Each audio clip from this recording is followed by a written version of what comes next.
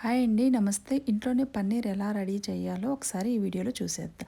పాలను కాచుకున్న తర్వాత దాన్ని బ్రేక్ చేయడం కోసం నేను ఈ వెనిగర్ యూజ్ చేస్తున్నాను. నేను 1½ లీటర్ పాలు తీసుకున్నాను కదా, 3 మూతల వెనిగర్ వేశాను.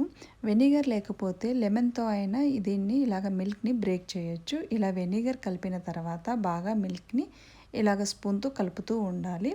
కాసేపటికి ఇలాగా మిల్క్ అంతా ఇలా అయిపోతుందండి. పాలంతా ఇలాగ విరిగిపోయి మనకు పన్నీర్ అనేది రెడీ అయిపోతుంది. ఇలా అంతా అయిన తర్వాత మనము ఫిల్టర్ చేసేసుకోవాలి. అంతా వాటర్ అంతా తీసేసామంటే ఇలా ఉంటుంది. తర్వాత ఒక క్లాత్లో పెట్టేసి దీన్ని ఇలాగ మనము ఇలా షేప్ చేసేసుకొని ఒక ప్లేట్ మీద పెట్టేసుకొని ఇలా ఒక టైట్గా బరువు ఉన్నది ఏదైనా సరే దాని మీద ఇలా పెట్టాలి.